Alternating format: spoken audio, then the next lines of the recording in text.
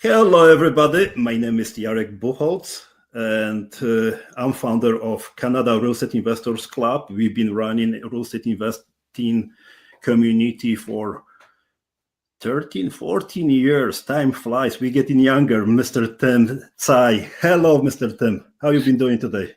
Hey, Jarek. I'm doing well today. How are you? I am always good guy. Doesn't matter what, I am always good, right? So Right. anybody who has asked knows me, and if they call me, they don't even ask how you've been doing because I will always answer always good. So Always that's my message to everybody, right? good to know. So Tim, I would like to thank you very much, for spending some time with me, with people which will be participating in this workshop.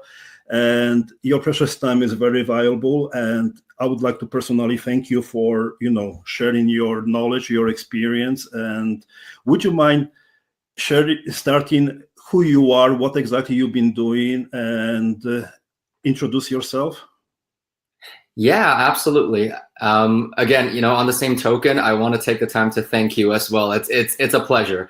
And as you probably already know through my Facebook sharing on this particular event,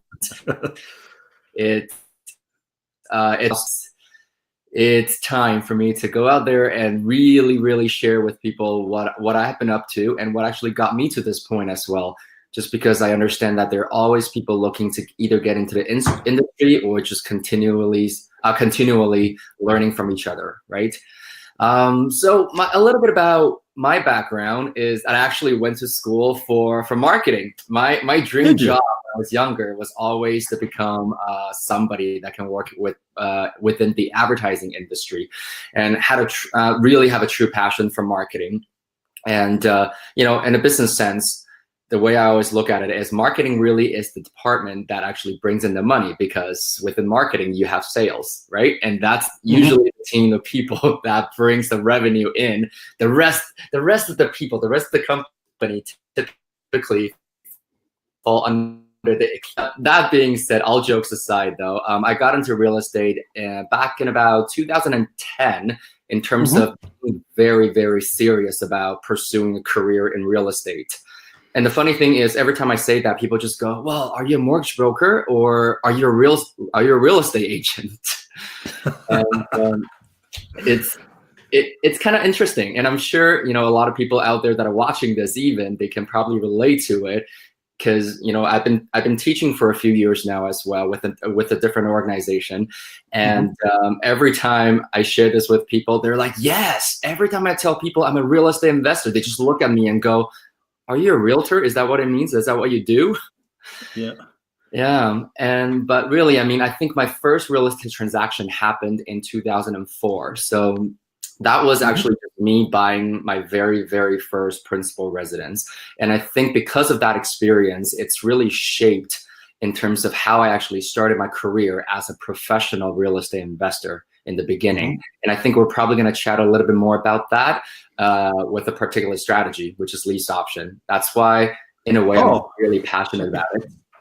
Yeah. Okay, so lease option, can you elaborate more? What's the principle, how you can generate win-win strategy for buyers, sellers, and money partners? What is the principle behind, right? Why is beneficial for everybody? Wow, that's a big question, Jarek. Okay, I'm gonna see what I can do here. Go big or go home, right? That's a big question. I'll just say it that way. How much time do you got? Now, well, if I'm dedicated to talk about topics which I love, give me days, weeks, years. I will be talking like all the time, right? So. Exactly. Absolutely. I can relate to that. Absolutely.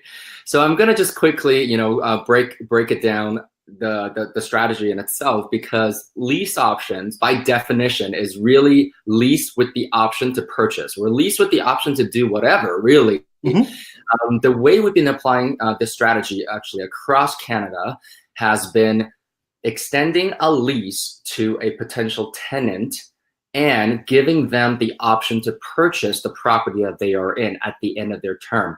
So a lot of people probably know it as rent to own. And I always say that it's actually the street name for it. However, whenever we're actually applying the strategy, I'm very, very clear with people about the fact that it is leased with the option to purchase, because in saying that, it really helps everybody get a clear picture in terms of how the opportunity and how the lease option program or rent to own program is properly structured.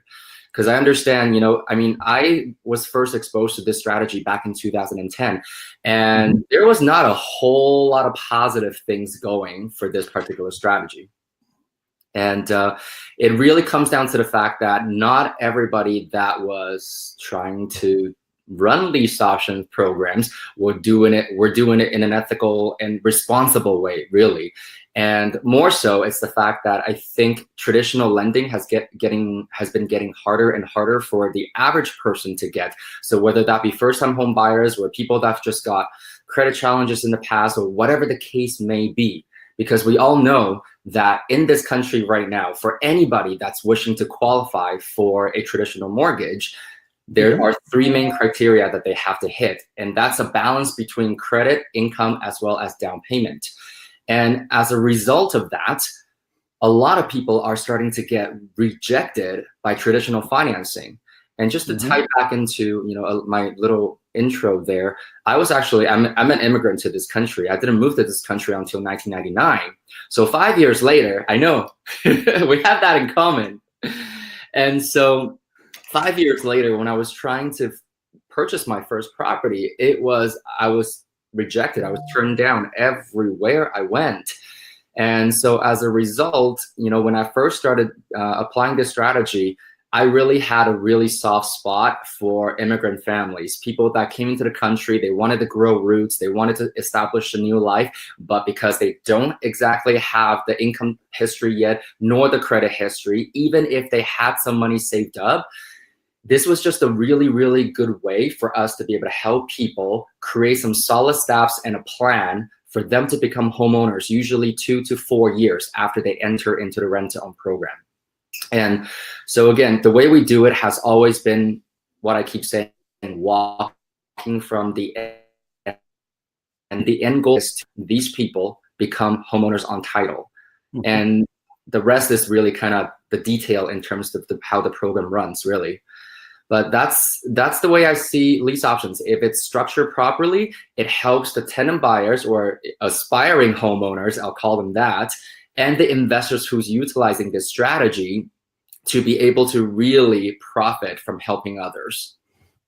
So what kind of a rent-to-own, lease-to-own strategy you are preferring in your operations? Like, tenant first, sandwich lease option, and would you mind elaborating more about those strategies? Yeah, of course. So the way we like to do it, and everybody's gonna make different business decisions based on their risk tolerance and the way they see, the way they utilize their existing resources available to them. The way we've been applying the strategy is basically tenant first, number one, because the idea is that if we can actually screen the tenant properly, because we actually allow them to go out and shop for the properties themselves, it really increases their commitment level, which we like. And but then the whole idea behind that is also, as an investor, this pretty much means that the day we take possession of the property is also the day we start to cash flow. And we all know that with every investment that we go into, that's always the goal. Cash flow, it has always been king. And I know that there are people out there, when it comes to real estate investing, they sort of take on a different view.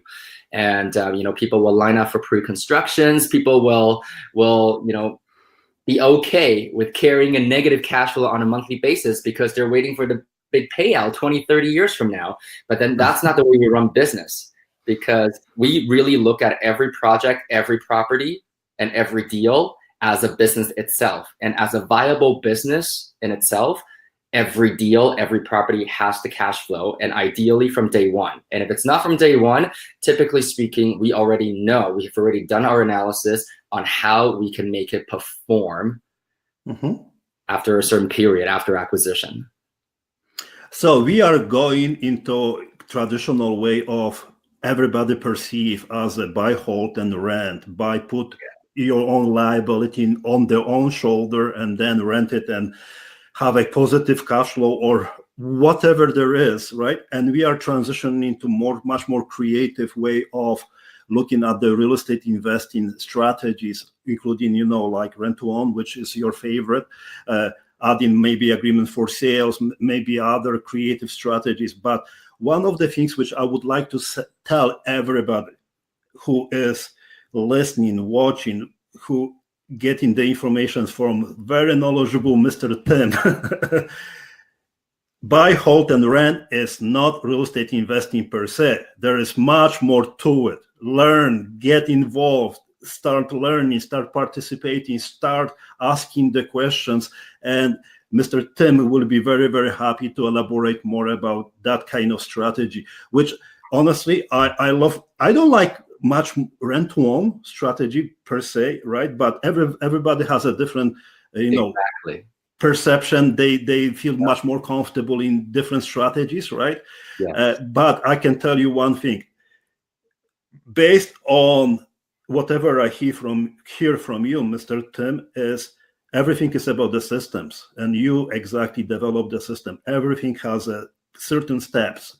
Absolutely. Everything has to be done with that. Can you agree with me about that? Of course, all day long.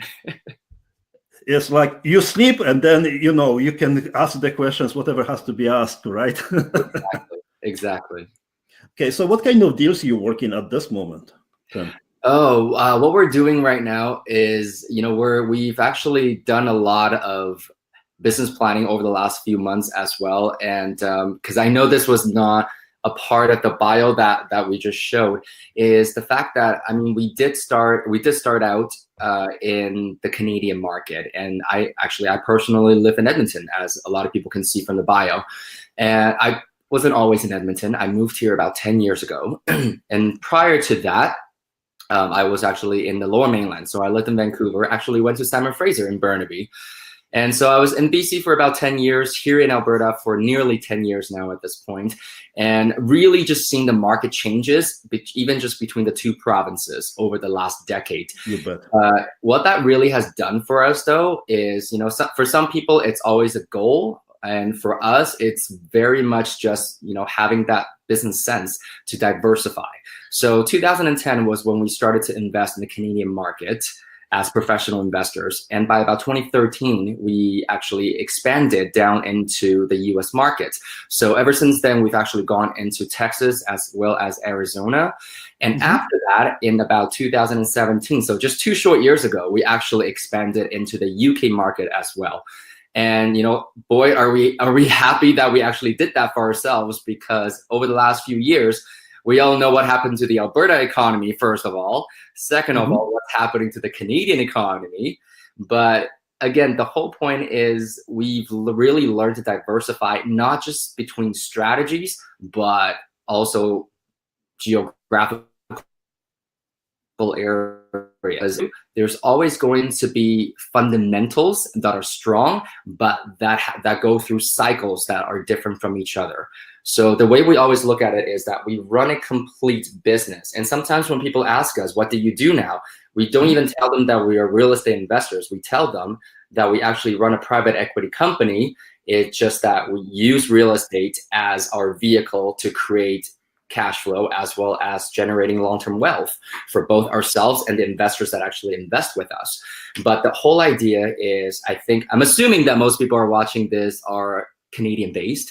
So if I say, let's use Superstore as an example, right? Does everybody think that every single Superstore is profitable on a monthly basis? Probably not. However, as an overall company, are they profitable?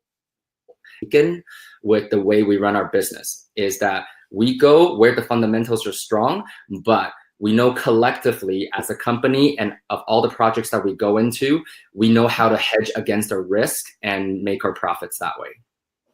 Oh, simply saying in Polish, English language, you put in, different eggs in one basket, right? So Basically, yes.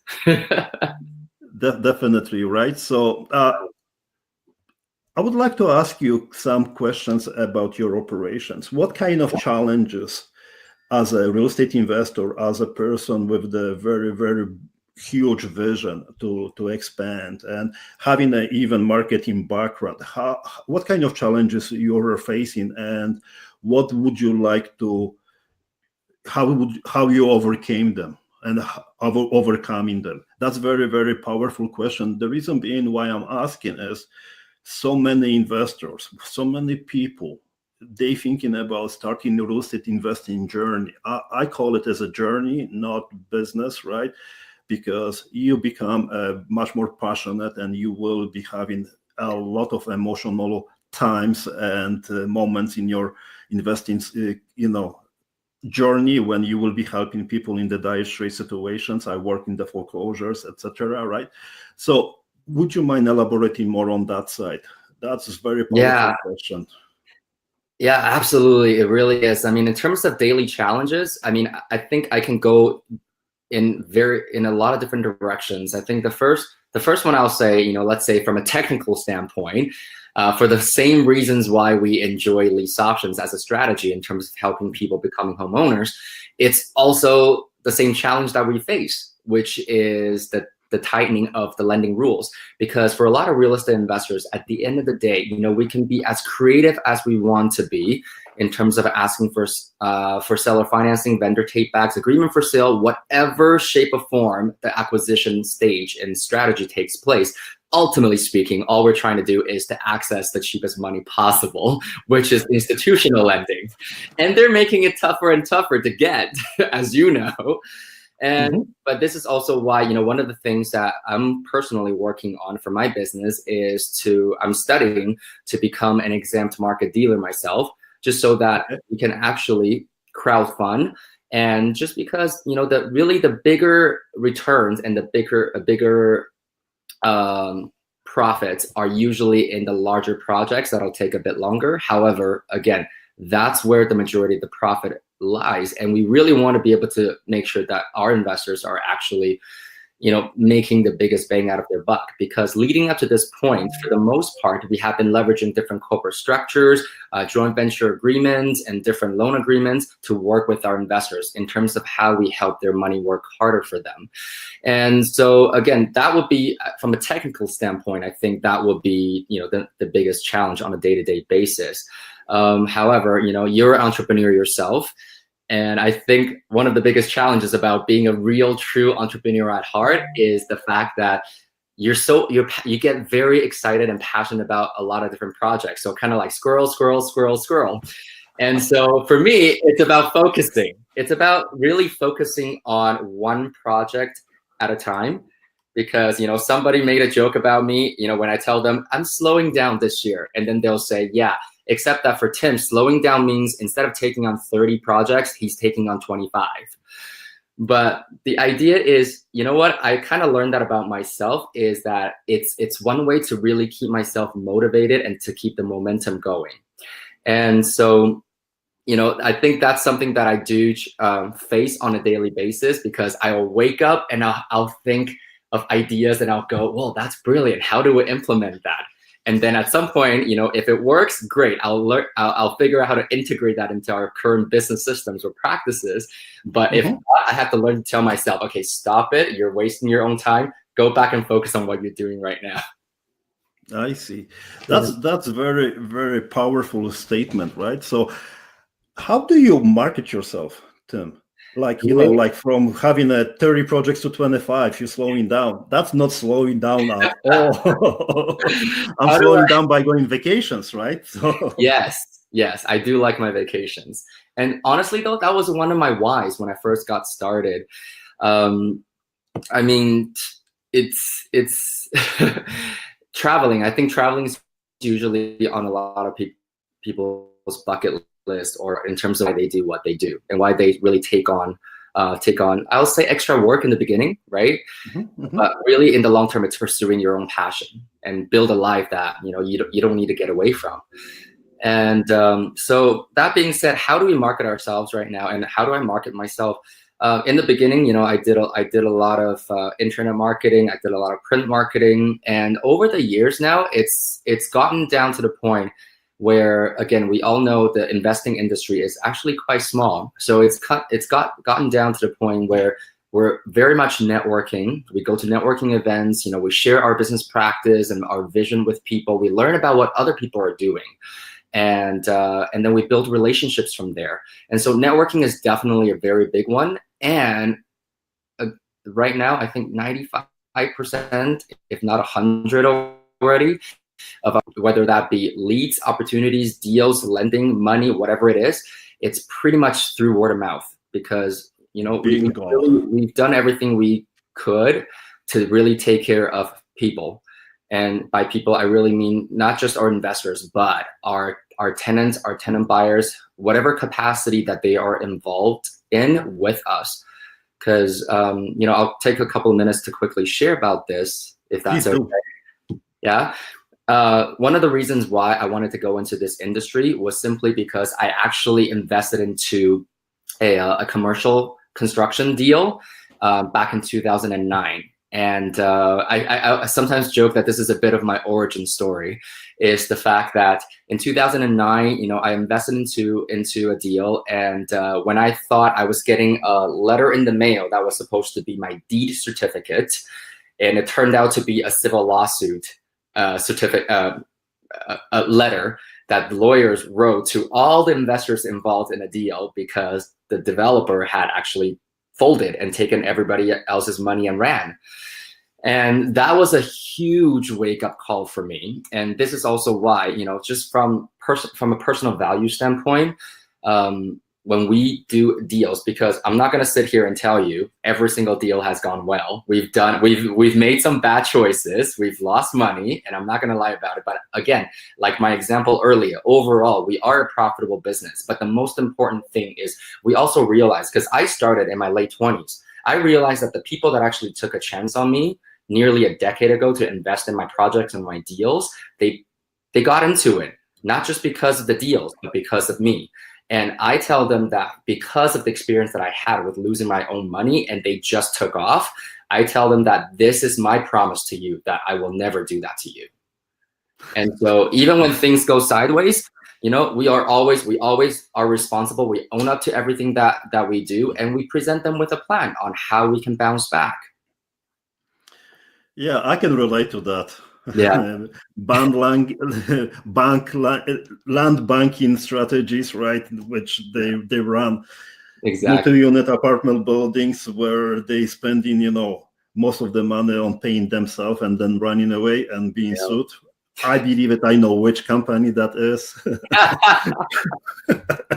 But that's not the goal. I know. That's a side discussion, I think. I believe so, right? One of my major mistakes, which I have done it at the beginning, right? I remove conditions, trusting the word, not the letter from the bank, right? That way I was already having a mortgage, right? I removed conditions on multi-unit apartment building, right? And my deposit went down. Again, that's mistakes which you will make sure that nobody else will be doing, right? And that's one of the things which makes you much more beneficial and much more powerful advocate for the real estate investing, and presenting and helping other investors, right? So sure. How do you see yourself? You mentioned already that you are expanding in different countries. How do you see it in 5 years, 10 years? Retired? You know what? Technically speaking, and this is, again, I'm not sure if I'm allowed to mention this, but I went through the Rich Dad training system myself, and how I was sold into that system, if you will, was the idea that you can actually retire early if you create enough passive income for yourself to cover your expenses. And luckily, I count my blessings every single day. I've been fortunate enough to be in that position for the last 7 years now at this point. So again, I guess I did take an early retirement when I was 30, but then that only lasted about 6 months, because I realized that there's only so much TV and video games you can play on a daily basis without getting bored. But then, the jokes aside though, really, it's the fact that I mean, that's usually the first goal for a lot of people, is to create that passive income so they can have choices. And that's really what it came down to, was recognizing the fact that, hey, now I've got my time freed up. I can really pursue projects and things and even work again. Doesn't matter, even work, but on the things that I want to work on. And that's actually, incidentally, that was around the same time that I actually started contracting myself out to become a trainer and a coach to others as well. And so where do I see this? You know what? My vision, my ultimate vision right now, because again, the goals, let's think of something else we want to do. But for now, for the next 5 to 10 years, I think anybody that's ever watched the TV show Dragon's Den or Shark Tank can probably understand where I'm coming from, is that I want to become one of those people that can actually go out there and help other entrepreneurs and start their business. I want to be able to play a part in supporting them in the beginning of the journey. But I also do have a different way of kind of looking at it, in the sense that, like I said, my partner and I, we started this in our 20s. And that was not an easy task to do, especially in real estate, because everybody's like, well, if you want to be in real estate, you got to be in it for a long time, because it's not a get rich quick thing. And we absolutely understand that. And that's still what we teach and preach. But at the same time, what I'm really trying to say is that, and how hard it is in the beginning, not just real estate, but in any business venture. And so our vision really is to be able to set up a fund that we can actually support young entrepreneurs who's got bright and great ideas that they can push out there and, change the world for that matter, and really improve, people's lives and really be a part of those ventures. And that's sort of the ultimate vision of where we want to go. But, we believe in real estate because, again, I mean, this is Asian face. So what that really means is we're conventional and we're traditional. We like hard assets. And again, 95% of the world's millionaires and billionaires out there, they either started out in real estate or they have a huge holding in real estate, just because of the fact that it is hard assets. And it doesn't matter what kind of cell phone that you're going to be using 10 years from now, because 10 years ago, first generation of iPhone, see how that changed the course of human actions and how we approach our day-to-day lives.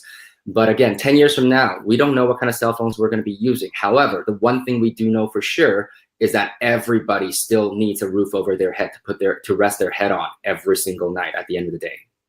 And that's why, we still believe in real estate as a vehicle, but in terms of a long-term vision, we're going to use that vehicle to create a fund where we can actually be a part of other people changing the world and improving the world, really. Okay. Wow.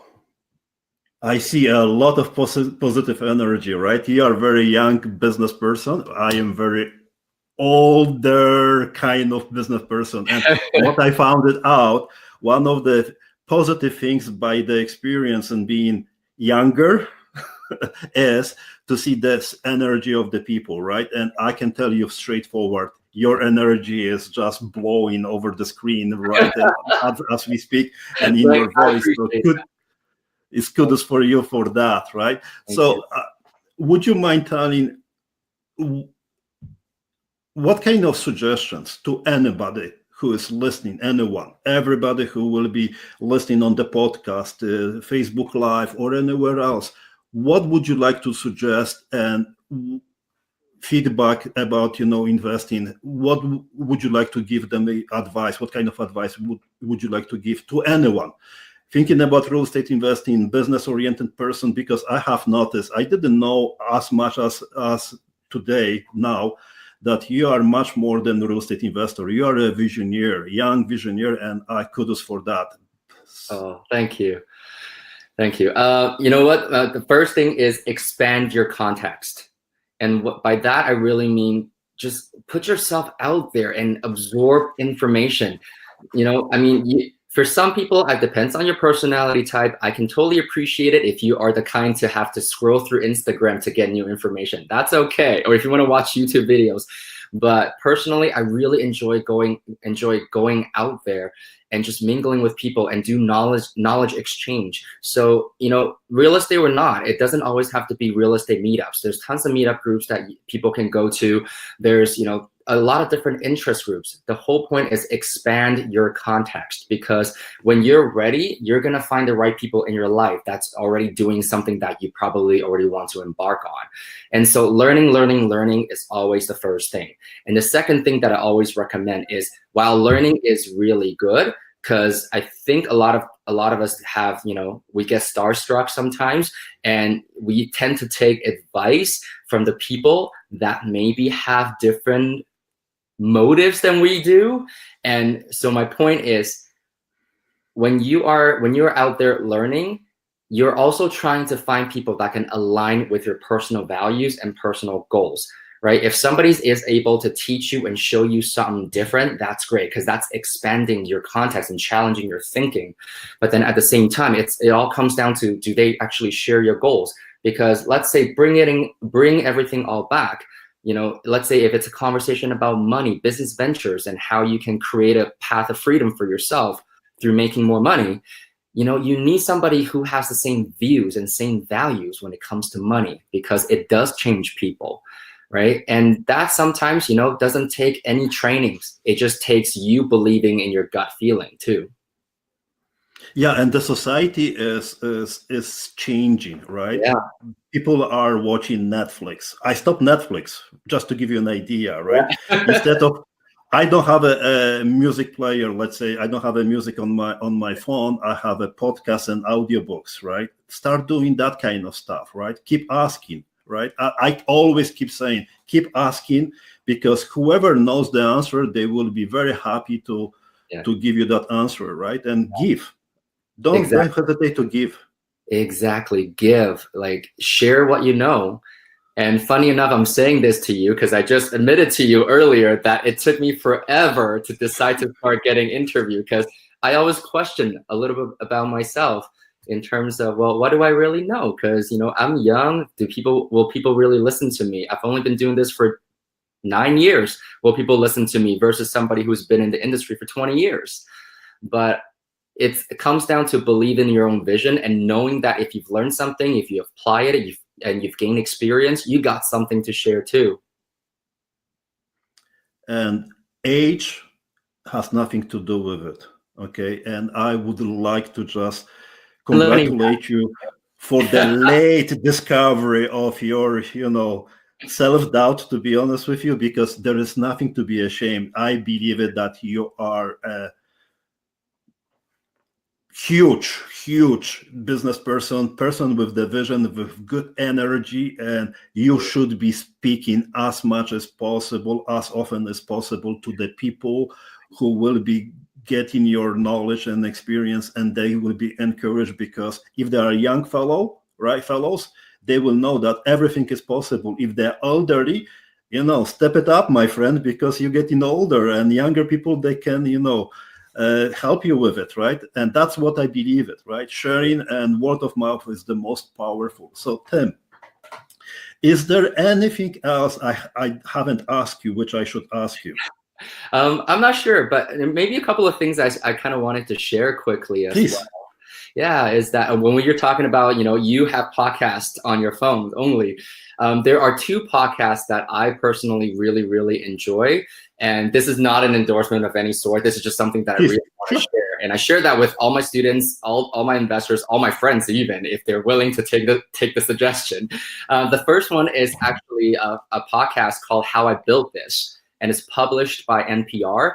I really enjoy that podcast simply because, they interview CEOs of big companies that we know. They've got Richard Branson on it. They've got, the founders of Lyft, of Uber, of Starbucks, all those major companies. And, the one thing that I keep getting from those stories and that podcast is, from the outside, to a lot of people, it's always easier to watch other people succeed. But most people only see the glory on stage, but not the struggling in the background.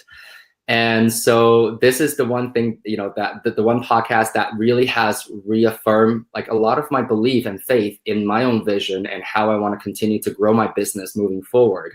And the other one is more technical again, and it's called The Brandon Show. And I think a lot of people probably already know who he is. His full name is Brendan Burchard. I've gone to a couple of his trainings in the past, and he just provides a lot of great tips on how you can implement your ideas and really mold your habits into helping you become successful and carrying out your vision and your mission as an entrepreneur, or even just as a person, really. And so those are the two podcasts that are staples in my podcast app. Yeah, I can add it. Story Brand by Tony Miller. I like that guy very, very much, right? Also, yeah. right? Yeah. And absolutely. I'm very much into the automation systems and everything. Everything has to have a... Yes. If you receive an email from me, more likely is from me, but I prepare that much months ahead. So just to give you an idea, but I read every email. I answer all the emails personal on a regular basis. So that's one of the things for everybody to know. So is there anything else which we should cover? Not exactly at this point. I mean, I was going to share a little bit about how we typically guide our investors, or how we, induct, if you will, our investors into how to work with somebody that's a professional investor. Please do so. Please. Okay. So, I mean, the way we look at it, and just like I said earlier, because the way I was trained, I still very much believe in what I call the circle of wealth.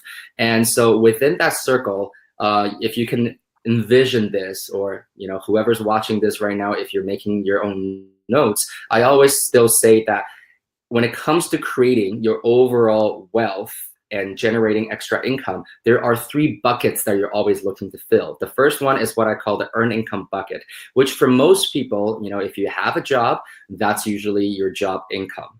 And then the second bucket is what I call the passive income bucket. And if you have, whatever it is that you invest in, if that investment is generating a monthly income for you that gets put into your pocket or your bank account, that's passive income. And last but not least, it's portfolio income. So portfolio income for a lot of people would be their savings account, their RSPs, TFSAs, or stock portfolio, or whatever it is. Something that kind of sits there and grows in value in the long term, but you don't exactly access that until you have to.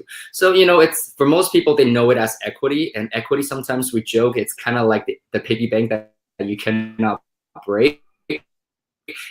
However, with them is that, we actually help them identify what kind of resources are actually available within their existing circle of wealth that they've built for themselves.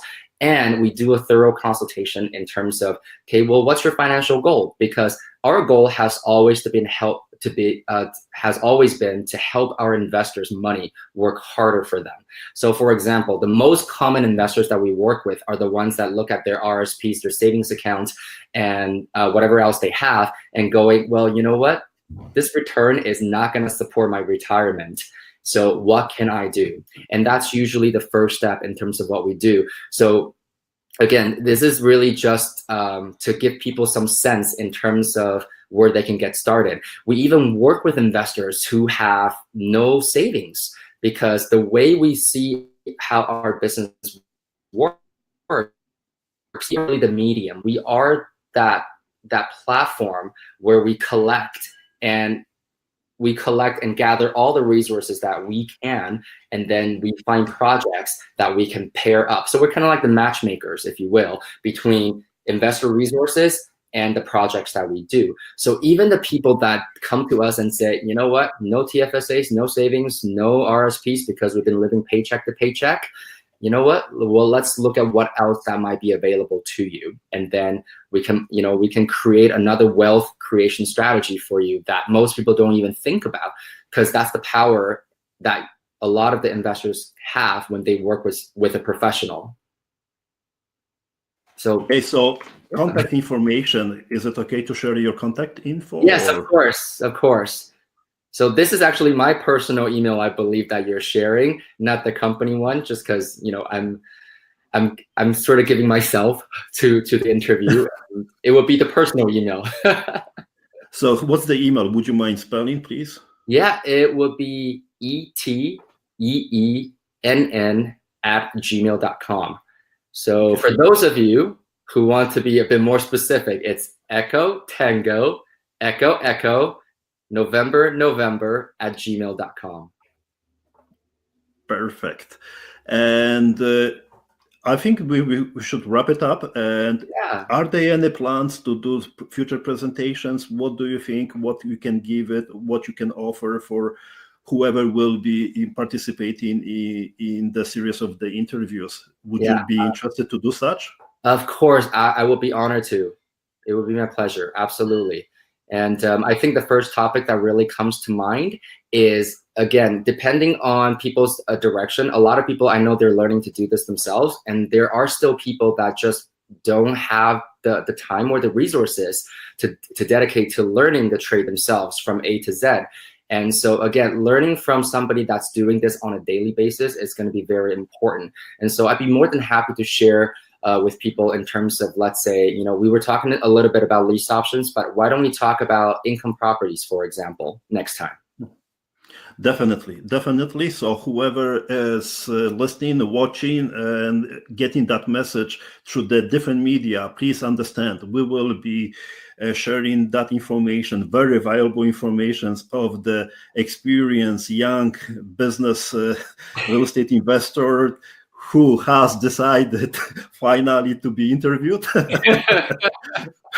I'm a very low profile. Let's put it that way.